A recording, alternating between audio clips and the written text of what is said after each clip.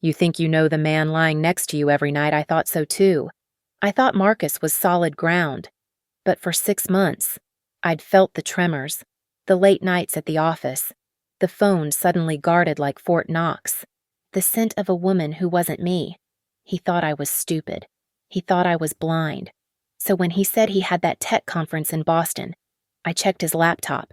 He didn't just book a flight. He booked a suite at the Langham, right here in Chicago. He booked his room. I booked the one next door. And I brought a friend. He didn't see the camera. Oh, my friends. But the camera saw everything. My name is Alara, and from the 45th floor of our Gold Coast apartment, you could see the whole of Chicago spread out like a carpet of diamonds. Marcus loved this view. He said it was the view of a man who had earned it.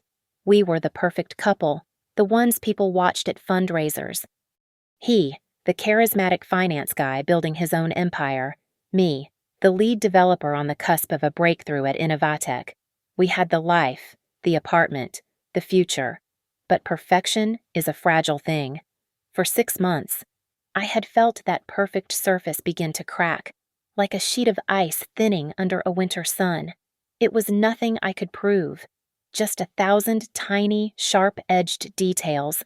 The way he angled his phone away from me on the sofa, the sudden board dinners that ran past 2 a.m., the faint, sweet smell of a perfume that wasn't mine, lingering on his collar when he came home. He was careless, but he was arrogant. He thought I was too invested in our perfect life to ever question it.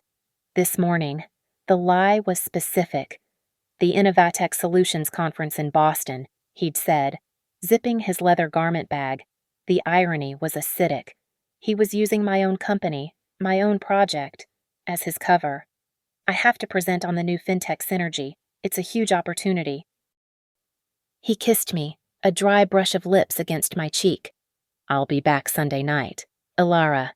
Hold down the fort. I watched him walk out the door, the expensive luggage rolling silently behind him. I didn't say a word. I just waited. I waited exactly 10 minutes. Then I went to the shared tablet we kept on the kitchen counter. He was getting sloppy. He'd deleted the confirmation email from his inbox, but he'd forgotten to clear the browser cache. The Langham, Chicago. A grand heritage suite. Check-in today, check-out Sunday. My hands were perfectly steady. I picked up my phone and called Chloe. We'd met in a coding boot camp in college, 2 of the only 3 women in the room. Now, she ran her own cybersecurity firm. He's not going to Boston. Chloe, I said, my voice flat. He's here, the Langham, 3 p.m. There was a pause. I'll be at your place in 20 minutes, she said. Pack an overnight bag, and don't touch his laptop. Chloe arrived not as a friend, but as an operator. She wore black jeans and a nondescript jacket, and carried a heavy-duty Pelican case. He's an idiot, she said, not as a judgment, but as a technical assessment. We took a cab to the hotel. The lobby was all marble and chandeliers, smelling of old money and lilies. I walked to the front desk, my smile bright and brittle. Hi, I said, my voice warming instantly into the wife persona. My husband, Marcus, is checking in later, but he's booked me an adjoining room, a surprise for him. Can we get that sorted out now? The concierge, charmed, tapped at his computer. Of course, ma'am. We have you in 1214 adjoining 1212. How lovely. Room 1214 was identical to his. Luxurious, impersonal, and cold. Chloe didn't look at the view. She opened her case. It wasn't full of makeup. It was full of transmitters, fiber optic scopes, and a specialized low-sound drill. Wall between the headboards, she whispered, tapping it. Thickest part, best sound baffling, least likely to be noticed. I stood by the door, my heart a heavy, sick drum against my ribs. I was listening for the elevator, for footsteps, for the sound of my life ending. Chloe was precise. She drilled a hole no bigger than a pinhead. She fed the fiber optic camera through. A tiny, unblinking snake. She connected it to her laptop. She sealed the hole with a speck of faux paint putty. perfectly matching the cream-colored wallpaper. It was invisible. "Done," she said, closing her laptop. We turned off the lights. The room plunged into darkness, the only illumination coming from the sliver of light under the hallway door. We sat, two shadows in expensive armchairs, the laptop screen dark between us. We waited. We waited for the show to start. We waited for my perfect husband to arrive. We sat in the dark for what felt like an eternity, but the timestamp on Chloe's laptop read 47 minutes. My muscles ached from the tension, my gaze fixed on the blank screen. Then, it flickered to life. The feed was sharp, the colors vivid. The door to room 1212 opened. Marcus walked in first.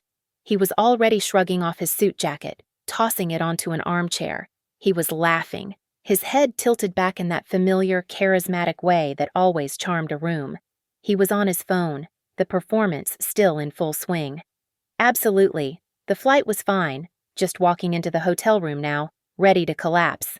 He wasn't alone. A woman followed him in, her hand already sliding up his back.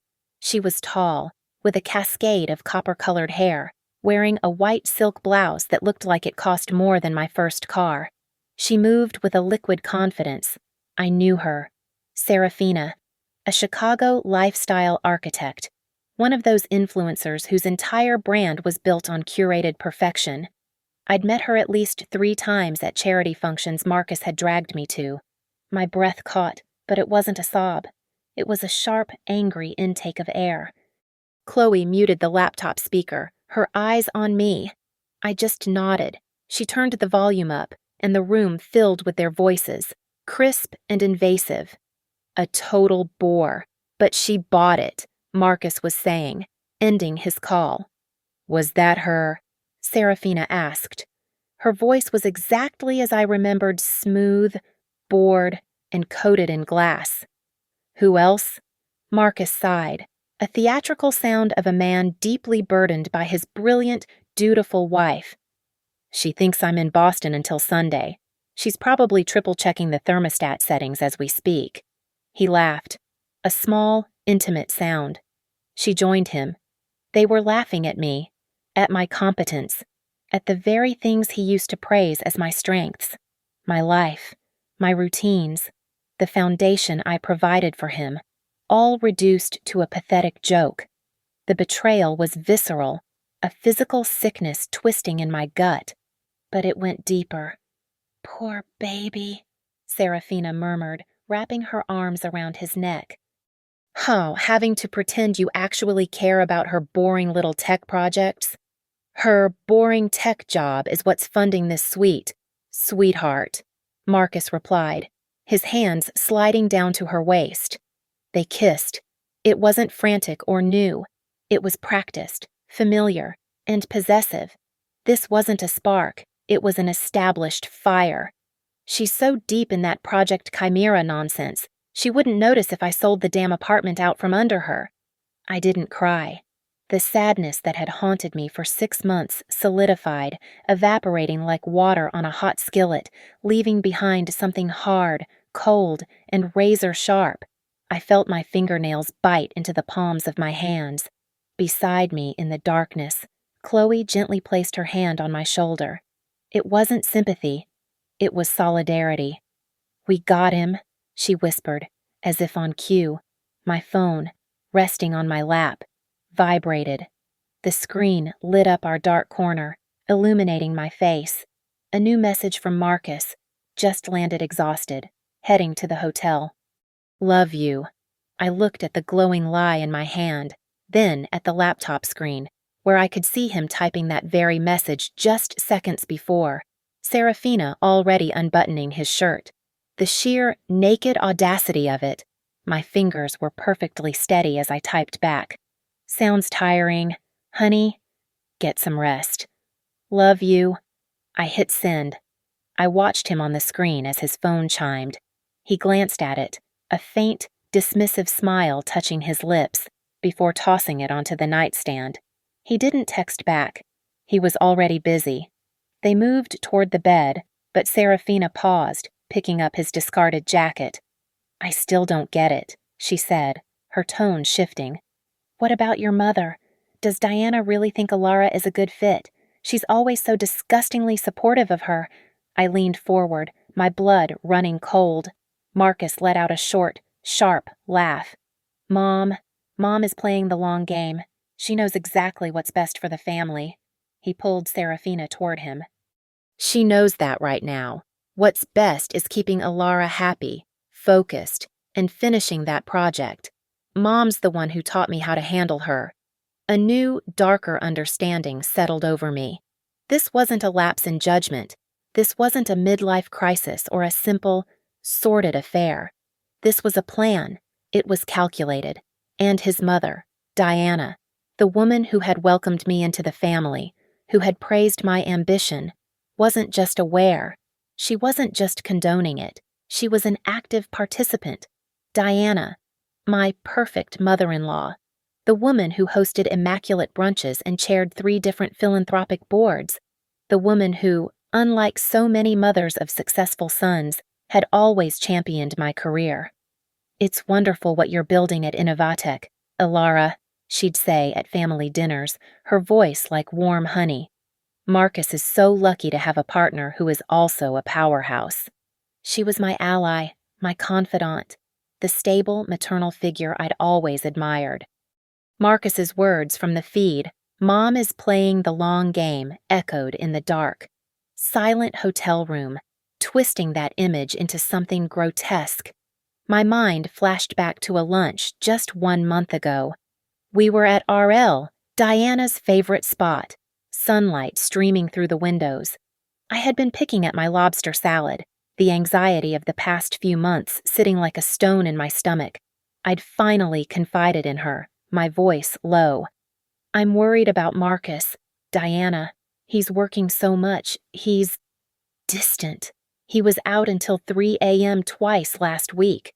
She'd reached across the table, her manicured hand covering mine, her rings cold against my skin. Her expression was a mask of perfect, maternal concern. "Oh, Alara," she'd sighed. "You know how he is. He's such a workaholic, just like his father." She leaned in, her voice dropping to a conspiratorial whisper. "He's working on a huge private deal right now. He can't talk about it, not even with me, but it's a game changer. He's just trying to build this amazing future for you both. Don't put pressure on him, darling." She squeezed my hand. "He needs your support right now, not your suspicion." I had felt a wave of relief wash over me. Of course, a deal. It made perfect sense. It explained the secrecy, the hours, the stress. She was telling me to be a good wife, to be patient. I had left that lunch feeling ashamed of my own doubts. I remembered another time, maybe 8 months back, when Marcus and I had a small argument over a joint investment. I'd wanted to be more aggressive. He'd wanted to be more conservative. I had mentioned it to Diana, and she had immediately taken my side. "Alara has the better instinct for this. Marcus," she'd declared. "Let her run with it." He had backed down, annoyed but overruled. I had felt so seen, so validated. She had made me believe, time and time again, that she was firmly in my corner. She had purchased my unconditional trust. Now, sitting in the dark, the pieces slammed into place with brutal clarity. The huge private deal was the lie. It was the cover story, handcrafted by Diana herself, designed to placate me, to keep me quiet and unsuspecting while my husband carried on an affair. I turned to Chloe, my voice barely a whisper, but heavy with a new, colder fury. "His mother is in on it. She's been covering for him." Chloe's head snapped toward me, her eyes glinting in the dark. She looked from me to the screen, where Marcus and Serafina were now ordering room service, their laughter a sickening murmur. "The long game," Chloe repeated, her voice grim. "Let's see how deep this rabbit hole goes." She didn't need the camera feed anymore. She muted the audio and opened a new series of encrypted browsers. She wasn't just a security specialist, she was a digital ghost. Her fingers flew across the keyboard. "Serafina," she muttered. "Public profile is curated. All business, travel, and wellness. Let's look at the tags. Let's look at the event registries. She went silent for several minutes, the only sound the rapid, soft click of the keys. I watched the live feed, my stomach churning as Serafina modeled a piece of lingerie she'd brought in her overnight bag, asking Marcus if he liked it better than the black one. "Ilara," Chloe said, her voice sharp. "You need to see this." I tore my eyes from the betrayal on the screen and looked at Chloe's laptop. She had pulled up a photo from a society website's gallery. The event was the Children's Legacy Foundation Gala. I recognized it. Marcus and I had been invited but had to decline because I was in the middle of a critical phase of my project. The photo was dated 6 months ago. There was Serafina, draped in a glittering red gown, holding a champagne flute, and standing right next to her, her arm linked familiarly through Serafina's, was Diana. They were posing, smiling brightly for the camera, looking like the closest of friends. 6 months. The tremors I'd been feeling hadn't been new. This wasn't a recent indiscretion. This was a long-term, calculated deception, a performance piece. My husband wasn't the only actor. His mother was the director. My entire marriage, my entire relationship with his family, was a meticulously staged play, and I was the only one who didn't have the script. We sat in the silence, the darkness of our room a stark contrast to the brightly lit stage next door. On the laptop screen, the scene had changed. The urgency of their reunion had faded, replaced by the mundane intimacy of room service. A silver bucket of champagne sat on the desk, 2 glasses already empty. Marcus and Serafina were in robes, sitting opposite each other, all business. The affair was the appetizer. This was the main course. "The money transfer is set for Monday," Serafina said. She was swirling the champagne in her glass, her expression sharp. 500,000. I'm still nervous about the timing. You're absolutely certain this competitor has the edge." Marcus leaned back, the picture of casual confidence. "Serafina, I've told you, my source is inside. Innovatech Solutions is a dinosaur. They're pinning everything on this one big launch, and it's already a mess." A cold spike of adrenaline shot through me. Innovatech, my company. "This project they're calling Chimera," Marcus said, his voice laced with a dismissive insider's pity. "It's bloated, the core code is unstable, they're weeks behind schedule, and they're bleeding cash trying to patch it." My breath hitched. Chloe's head turned toward me in the dark. Project Chimera. It wasn't just a project. It was my project. It was my baby, my masterpiece, the thing I had sacrificed nights, weekends, and the last year of my life to build. It was a revolutionary piece of predictive software, and it wasn't unstable. It was perfect. "This other group," he continued, "this Ethelred Labs you're investing in, they've been developing a parallel platform, leaner, faster, and ready to go. We launch 2 weeks before Innovatech's press date. We'll gut the market before they even get their shoes on. Your investment won't just be safe, it's going to triple by the second quarter." My mind was racing, the pieces clicking together with sickening speed. Ethelred Labs, I'd never heard of it. Because it wasn't real. It was a shell, a phantom. He wasn't describing a competitor. He was describing my software, my architecture, my data. "He's stealing it," I whispered, the words choking me. "That bastard! He's been stealing it." All those nights I was locked in my home office, coding until my eyes burned. He wasn't just bored or annoyed. He was watching. He was on our shared network. He was in my system. The boring tech job he and Serafina had mocked, they were planning to steal it.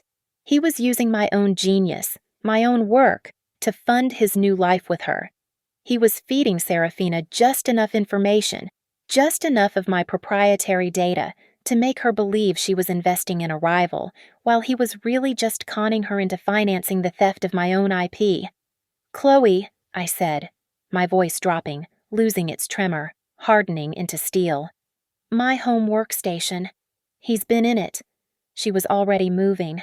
The live feed was relegated to a small corner of her screen. The rest was filled with lines of code, network logs, and access protocols. "I'm looking at your home network logs right now," she muttered, her fingers flying. "You've got a constant remote access protocol running. He's not just peeking, Alara. He's been mirroring your entire drive for months. Every file, every update, every line of code you've written." "How?" I demanded. "My firewalls are military grade." "He didn't come through the front door," Chloe said. "He used a key. He must have installed a rootkit directly from your terminal. He's been routing the data packet through an encrypted proxy, bouncing it all over, but—" She paused, her eyes narrowing at the screen. "The originating IP for the remote connection. It's static. He got sloppy. Or arrogant. Where—" She turned her laptop, showing me a string of numbers, an IP address, and beneath it, the registered physical location, an address in Lincoln Park, an address I knew as well as my own. "That's Diana's house," I said. My blood froze. The full, monstrous picture materialized. Diana. The long game. Her support. Her defense of his private deal. It wasn't a social alibi. It was a technical one. She wasn't just covering for his affair. She was providing the physical safe house for his industrial espionage. Her home was the command center for the theft of my life's work. This wasn't about love or lust. It was a conspiracy. It was grand larceny. The affair was just how he paid his co-conspirator. "He's not just destroying my marriage," I said, my voice flat, devoid of all emotion. "He's trying to destroy my life." We replayed the footage. Chloe and I sat in the dark, watching the conversation about the business deal for the third time. The video from the fiber optic camera was flawless, but the audio was the problem. The thick hotel walls, the distance of the microphone, the sound of them clinking champagne glasses, it all conspired to obscure the most critical details.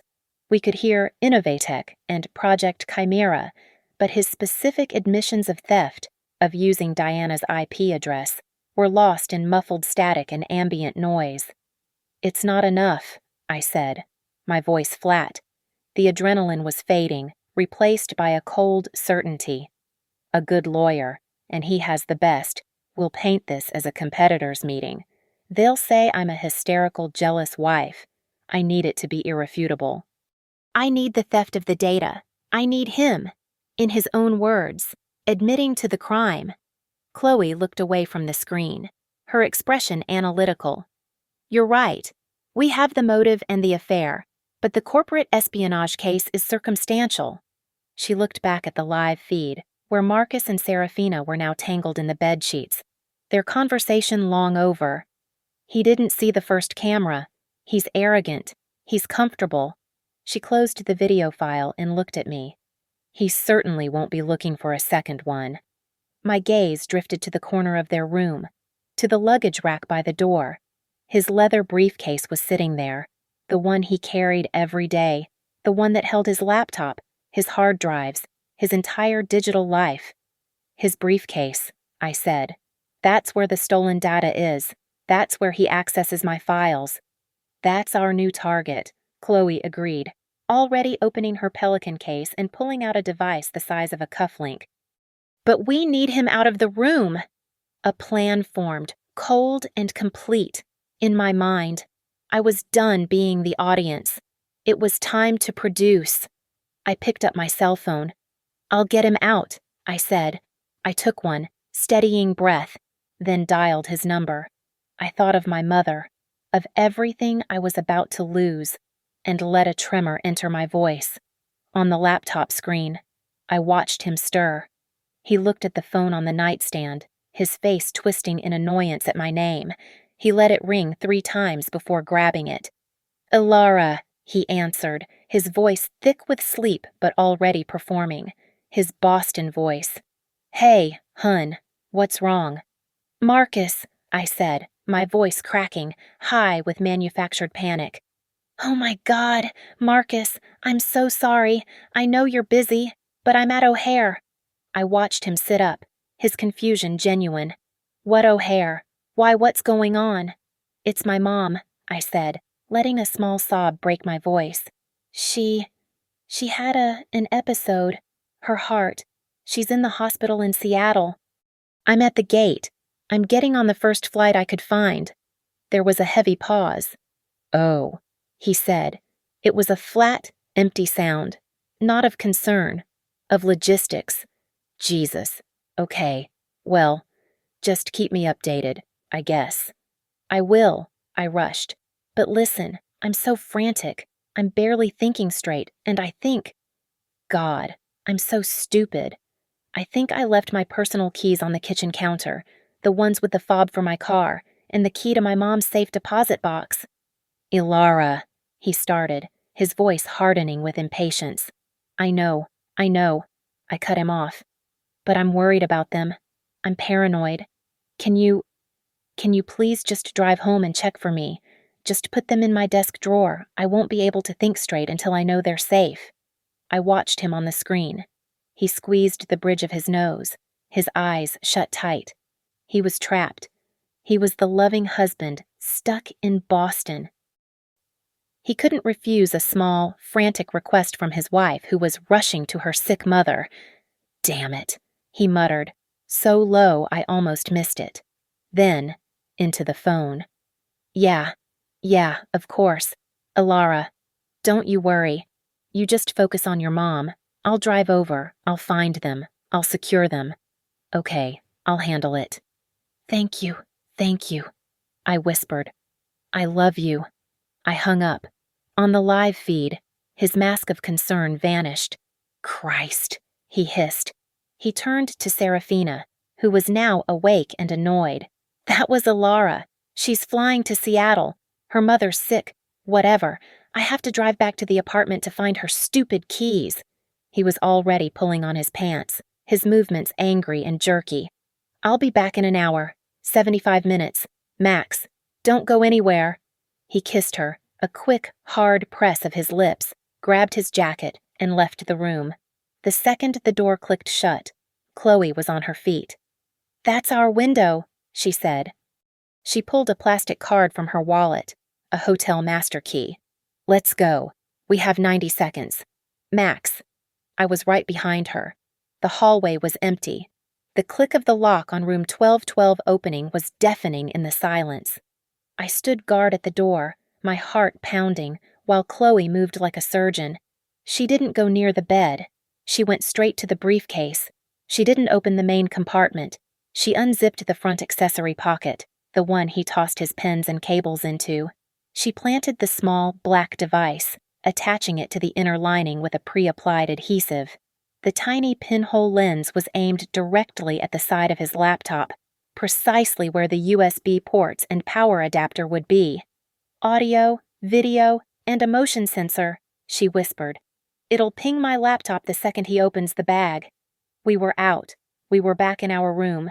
The door was locked. The entire excursion took 48 seconds. Chloe sat at her desk, her face lit by the screen's glow. Connecting to the new device. A new, dark, grainy window opened on her desktop, the view from inside his bag.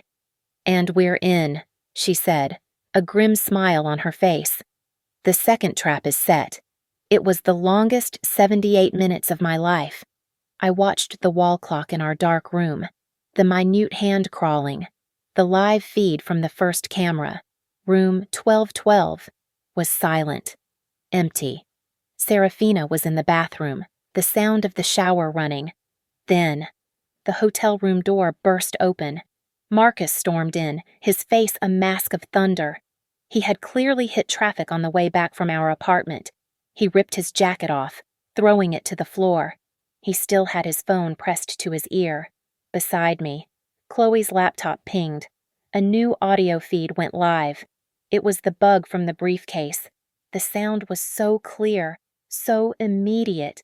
It was as if he were sitting in the room with us. I'm back, he snapped, his voice sharp and utterly devoid of the concern he had faked for me. Yes, I went. She's in Seattle. The fool bought it completely. Found the keys right on the damn counter, just like she said. He was talking to Diana. He dropped his briefcase onto the desk. The second camera feed, the one from inside the bag, flickered on, activated by the motion. It was grainy, dark, but we had a perfect close-up view of his hands as they unzipped the main compartment and pulled out his laptop. Serafina emerged from the bathroom, wrapped in a hotel robe. "Did you get it?" she asked, toweling her hair. "Shut up for a second," Marcus hissed at her, his hand over the phone's receiver. He sat down at the desk, his back to her, and flipped open the laptop. His hands returned to the briefcase, fumbling for a moment in the front pocket where Chloe had planted the bug. The camera view was obscured for a second. Then his hand re-emerged, clutching a small black USB drive. We watched, transfixed, as he plugged the encrypted drive into the side of his laptop. The camera gave us a perfect, undeniable shot of the action. He turned his attention back to his phone call. His voice was lower now, urgent, conspiratorial. "Okay, Mom, I'm in," he said. "I'm connecting to your server now. Tell your people. Tell them the final data packet from Project Chimera is uploading as we speak." He paused, listening, his eyes scanning his laptop screen. "That's right. We are 100% go. We launched the competitor platform in exactly 48 hours, 2 full days before Innovatech's official press release." He smiled, a thin, predatory expression. "She'll be ruined. By the time she stands up at that podium, her precious project will be worthless. We'll have gutted her market share before she even serves the champagne. She'll be a laughingstock." There was another pause. The microphone in the bag was so sensitive it picked up the faint, tinny response from his phone's earpiece. It was Diana's voice, sharp and cold. "Good, son. That's what she deserves for being so ambitious. A woman's place is to support her husband, not to compete with him." A short, ugly laugh escaped Marcus's lips. "I think she's finally learned her lesson." He leaned back, his tone shifting, becoming even more arrogant. "Oh, and the Serafina investment. That's just the cherry on top. A nice little $500,000 bonus for my trouble." He glanced back at Serafina, who was applying makeup at the vanity. Oblivious. "She actually thinks she's my partner. She thinks she's in on the real deal." He scoffed, his voice dripping with contempt. "She's as big a fool as Alara." My body went numb. It was absolute. There was no corner of my life he had not poisoned.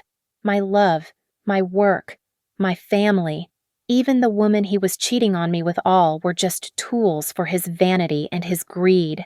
Beside me, Chloe's fingers were flying across her keyboard, her face illuminated in the glow.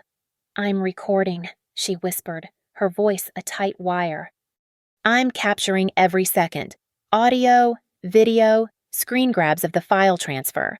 I'm backing it up to 3 different secure servers. We have him. Alara. We have all of it."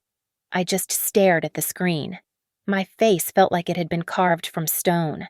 I watched my husband, the man I had built a life with, meticulously execute the demolition of my world, and I finally had the blueprints.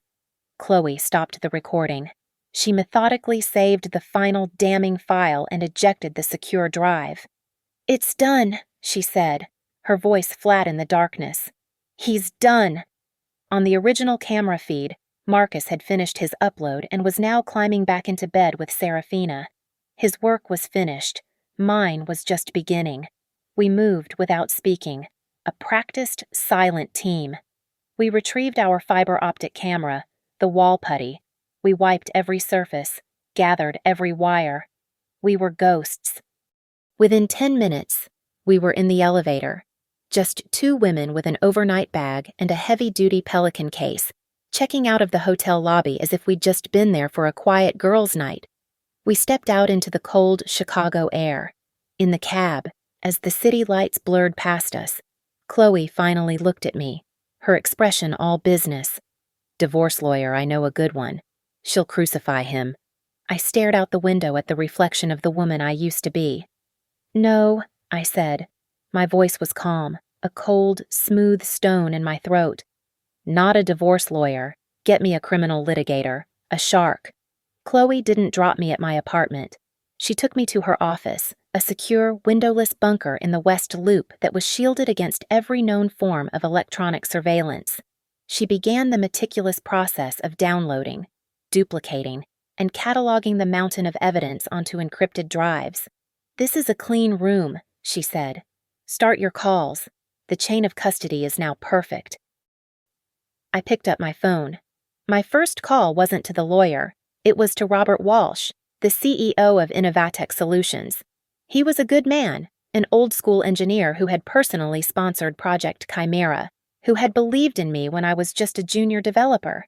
He answered on the second ring, his voice weary from a long day. "Ilara, what's wrong? I thought you were—" "Wait, aren't you in Seattle?"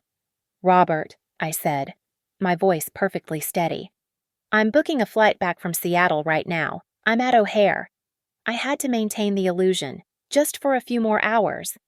"We have a major, catastrophic security breach. Project Chimera has been stolen. The entire project." There was a sharp, strangled intake of breath on the other end. "What's stolen?" "How that's impossible. The launch is—" "I know exactly who did it. Robert." I interrupted, my voice cutting through his panic. "And I have irrefutable video, audio, and network log proof of the theft in progress. I have everything." The breach came from the inside, very close to me. "My God," he whispered. "Who?" "Ilara. I can't say over this line. Not yet, but I am handling it. I need you to do exactly as I say." "Anything," he said, his voice hardening. "What do you need?" "I need you to call an emergency mandatory board meeting for 10 a.m. tomorrow. At the office, main conference room, 45th floor." "Done. Who's the agenda?" "The agenda," I said, "is final interdepartmental coordination for the Chimera launch. And I need you to invite one outside guest, my husband, Marcus." A heavy, stunned silence filled the line. "Marcus Ilara, I don't understand. Please, Robert, trust me. Tell him it's a courtesy invitation. Tell him the board wants to thank him personally for being so supportive of my work during the crunch. Use whatever corporate language you want. Just get him in that room." He paused, the gears turning, the implications clearly warring with his confusion. 10 a.m., he said finally, his voice grim. "I'll see to it personally." I hung up. The irony was acidic. Marcus would walk into that room believing he was attending the funeral of my career, a victory lap before his own stolen launch. He had no idea he was the guest of honor at his own execution. My second call was to the best corporate and criminal prosecutor in the city. He cleared his morning. At 3 a.m., I left Chloe's office, the encrypted evidence drive heavy in my bag. I took a cab back to the Gold Coast, to our apartment. The space was cold, silent, and alien. It no longer felt like my home. It felt like a crime scene. I walked into the kitchen, and there they were, just as my frantic self had claimed, my spare keys, sitting on the cold marble countertop, a small, mocking trophy of his arrogance, proof that he had been there, that he had swallowed the lie whole. My phone buzzed on the counter, a text message. From Marcus. "Found your keys. Babe. Right where you said. All safe now. Have a safe trip. Can't wait for you to be home." A violent shiver of revulsion went through me. I didn't reply. I didn't sleep. I couldn't. I went into my home office, the real scene of the crime, and I plugged in the drive. I spent the rest of the night in the dark, the glow of my monitors illuminating my face. I watched the footage. I synced the audio. I cross-referenced the network logs from Diana's house with the timestamp of Marcus accessing my files. I built a timeline, a perfect, airtight chronological narrative of my own destruction and of his. As dawn broke, staining the Chicago skyline in shades of gray and bruised purple, I had my case built. The timeline was perfect. The evidence was absolute. I had Marcus, and by extension, I had Diana. They were bound together in a neat little package of conspiracy and fraud. But there was a loose end, a wild card. Serafina. My husband was a snake, a creature of calculated, cold-blooded malice. But Serafina was a different animal entirely. She wasn't driven by the complex, generational rot that festered in Marcus and his mother. Serafina was an opportunist. She was driven by money, status, and self-preservation. She had no loyalty to Marcus. She had loyalty to her brand and her bank account. She was a partner in what she thought was a savvy business deal, not an accomplice to grand larceny. And I had something she needed to hear. I scrubbed back through the audio file from the briefcase. I found the exact moment. The sound was crystal clear, the contempt in his voice chilling. She actually thinks she's my partner. She's as big a fool as Alara. He wasn't just planning to betray me. He was planning to betray her, too. He was going to steal my project, use her $500,000 to launch it, and then, undoubtedly, cut her loose, leaving her with a worthless investment in a shell company while he disappeared with the profits. He was playing us both. I looked at the clock. It was just after 6 a.m. The meeting at Innovatech was in 4 hours. I could just let the hammer fall on Marcus and Diana. I could let Serafina be collateral damage, another victim of his scheme. But where was the justice in that? Where was the strategy Marcus had built his house of cards using 2 women he viewed as fools? It was only fitting that we should be the ones to pull it all down. Serafina's fury, her public influence, her status as a jilted investor. These weren't just side effects, they were weapons. I just needed to aim her. I called Chloe, who was, predictably, still at her office. "I need one more thing," I said. "A sterile, untraceable email address. Right now." 2 minutes later, a string of credentials appeared on my secure messaging app. I logged in. I opened a new message. My fingers were steady on the keys. I found Serafina's public business email, the one listed on her immaculate beige-toned website for brand inquiries.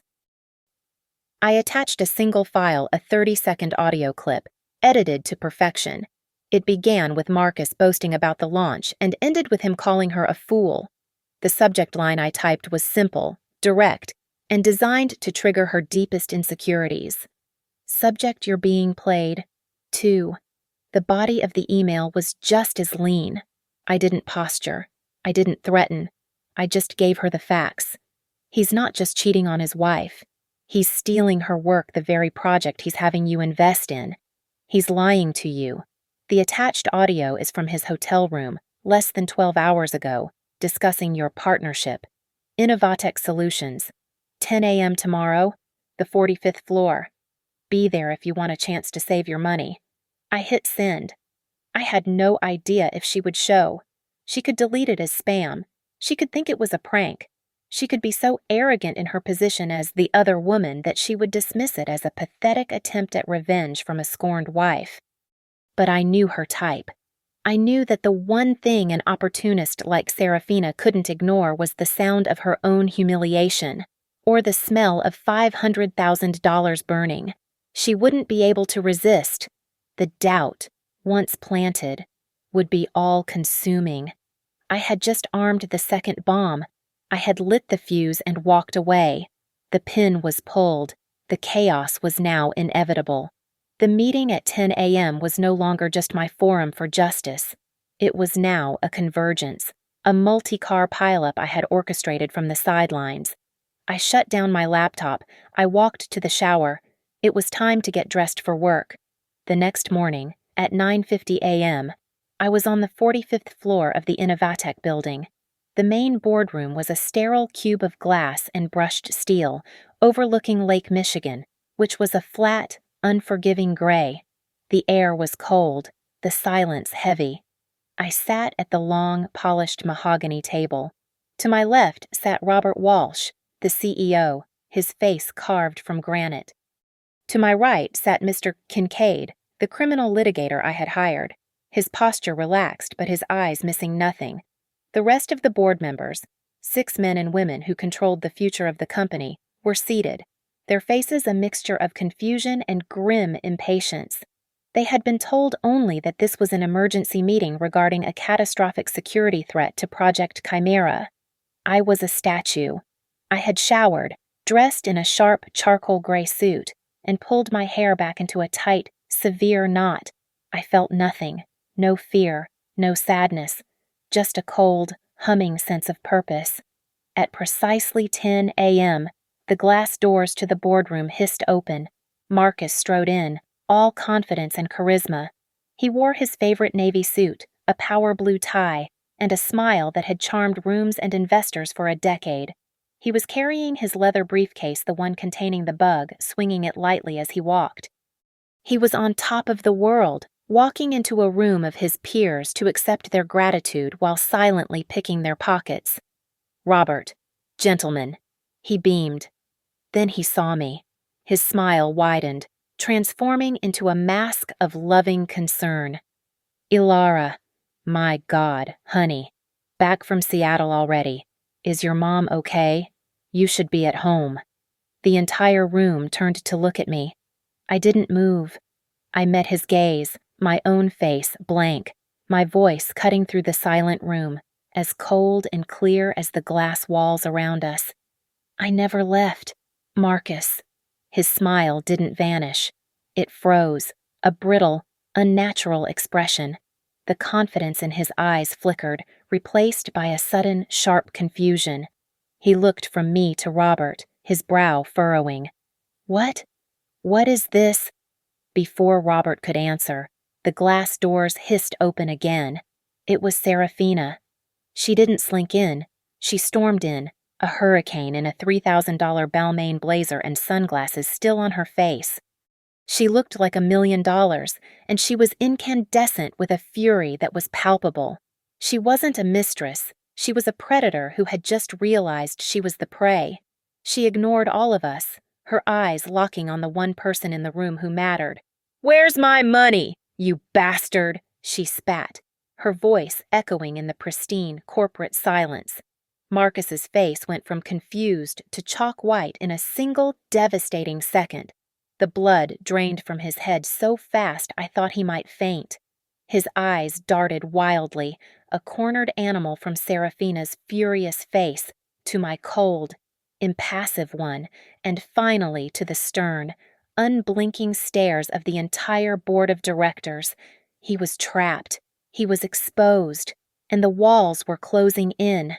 He opened his mouth, a small, gasping sound, but no words came out. "Mr. Rollins," Robert Walsh said, his voice quiet but carrying the immense weight of his authority. He stood up slowly at the head of the table. "My apologies. Ms. Verano," he said to Serafina. "Please, have a seat. You are, it seems, an interested party." He turned his gaze back to Marcus, who was still standing, paralyzed, his briefcase clutched in his hand. "Mr. Rollins," Robert repeated, his voice like ice. "We called this emergency meeting to discuss a very specific, high-level security breach. We are here to discuss the theft of Project Chimera." "Theft," Marcus choked out, finally finding his voice. It was thin, reedy. "Robert, that's a ridiculous accusation. I'm here to support Ilara, to support the company. I don't know what these two women have told you, but—" "Ilara has told us nothing," Robert said, his hand moving to a control panel on the desk. "She didn't have to." The 80-inch presentation screen at the far end of the boardroom, the one we used for quarterly reports and market projections, flickered to life. It was not a PowerPoint slide. It was a crystal-clear, high-definition video. The view from the fiber optic camera, the interior of room 1212 at the Langham Hotel, and there, center screen, was Marcus, my husband, pulling Serafina into a deep, familiar kiss. The trap was set, the audience was seated, and the show was about to begin. I stood up. My chair made a soft scraping sound against the floor, the only sound in the dead silent room. Marcus's terrified eyes snapped to mine. "You thought I was in Boston," I said, my voice projecting to every corner of the room. "Then you thought I was in Seattle." I walked to the head of the table, next to Robert. I was in the room right next door. Marcus. I pressed the play button on the remote. The screen was filled with my husband and his mistress. The boardroom was filled with their audio, crystal clear. They heard Marcus, his voice thick with condescension. She thinks I'm in Boston until Sunday. She's probably triple-checking the thermostat settings as we speak. They heard Serafina's glassy, bored voice, having to pretend you actually care about her boring little tech projects. You spied on us, Serafina shrieked, jumping to her feet. Her face was a mask of outraged indignation. You psychotic bitch! You illegally recorded us. I didn't even look at her. Robert, I said, if you could switch to audio-visual feed number 2, the one from the briefcase. The image on the screen changed. It was now a dark, grainy, close-up shot of Marcus's hands, his laptop, and the black, encrypted USB drive, and the audio. The audio from the second bug was perfect. The entire boardroom listened as Marcus's voice, now conspiratorial and cold, filled the space. They heard him talking to his mother. Okay, Mom, I'm in. His voice echoed, clear as a bell. Tell your people. The final data packet from Project Chimera is uploading as we speak. We launch the competitor platform in exactly 48 hours. She'll be ruined. A collective gasp went through the room. One board member, a woman named Julia, put her hand over her mouth. Marcus looked like a man who had just been shot. Then, they heard Diana's voice, tinny and sharp, but unmistakable. Good, son. That's what she deserves for being so ambitious. A woman's place is to support her husband, not to compete with him. And finally, the dagger for Serafina. They heard Marcus laugh. The Serafina investment. That's just the cherry on top. She actually thinks she's my partner. She's as big a fool as Alara. No, Marcus whispered, his face slick with sweat. No, you faked this. This is entrapment. He lunged for the control panel to shut off the screen, to stop the audio, but he wasn't fast enough. Security, Robert Walsh said, his voice cold. The glass doors hissed open again, and 2 large men in sharp suits stepped in, blocking Marcus's path. He stumbled back, his chest heaving. And then, the doors opened one last time. Diana Rollins walked in, her face a mask of supportive maternal concern. She was dressed for her son's triumph. Marcus, darling, she began. I got your message about the meeting. I thought I'd come and... Her words died in her throat. She had just walked in at the exact moment the audio loop replayed her own voice. That's what she deserves for being so... ambitious. She saw the screen. She saw her son, held between 2 security guards. She saw Serafina, who now looked murderous. She saw me, standing at the head of the table, and she heard her own voice, her own words, condemning her in front of the board of Innovatech Solutions. The color drained from her face.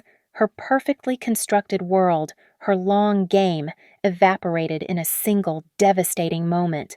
Her face didn't just fall, it collapsed. I looked at the 3 of them, the architects of my ruin, now ruined themselves. My husband, the thief, his mistress, the fool, his mother, the accomplice, all exposed, all broken. He didn't see the camera, I said, my voice ringing in the sudden, absolute silence of the room. I looked at each board member, one by one. But the board has seen it, the CEO has seen it, and the police, who are waiting in the lobby for Mr. Kincaid's call, are about to see it, too. I picked up my own briefcase. I turned and walked past the wreckage of my husband. He was staring at me, his face a hollow mask of disbelief, his life over. I didn't look back. I didn't slow down. The revenge wasn't just personal. It was professional. It was total. And it was complete. Thank you so much for listening to my story. I'd love to know where in the world you're tuning in from. So drop a comment below and let's share our thoughts. Please subscribe to Lily Revenge Stories Give this video a like, and if you want more stories like this one to be heard, support us by hitting that hype button.